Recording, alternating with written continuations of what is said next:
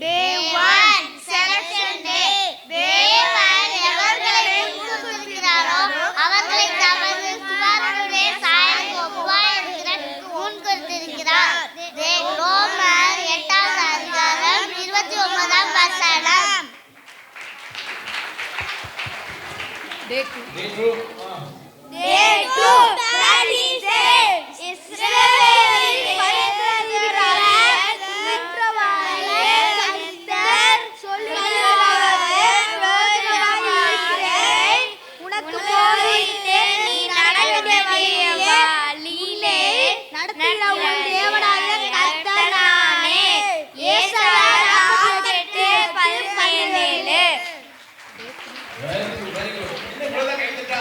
Day 3 Preparation Day.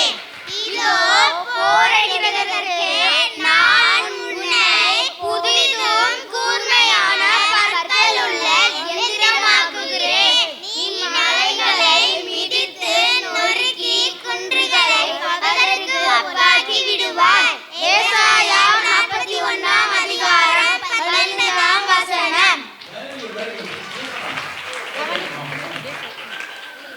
Day 4 வெள்ளம் போல் சத்துருக்கள் வந்தோடு கர்த்தர் ஒரு ஆவியினாக அவனுக்கு விரோதமாய் கொடியேற்றுவார். ஏசாயா 59ஆம் அதிகாரம் 19வது வசனம். சூப்பர். Day 5 Celebration Day. கிறிஸ்துவுக்குள் எப்பொழுதும் எங்களை வெற்றி சிறக்க பண்ணி எல்லா இடங்களிலும் எங்களை கொண்டு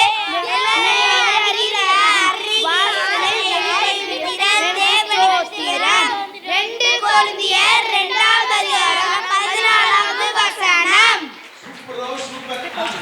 எல்லாம் நல்லா வாசிக்கலாமா? சரி. எல்லாம் பாட போறாங்க. நல்லா கவனிங்க. எப்படி பாடுறாங்க பாருங்க.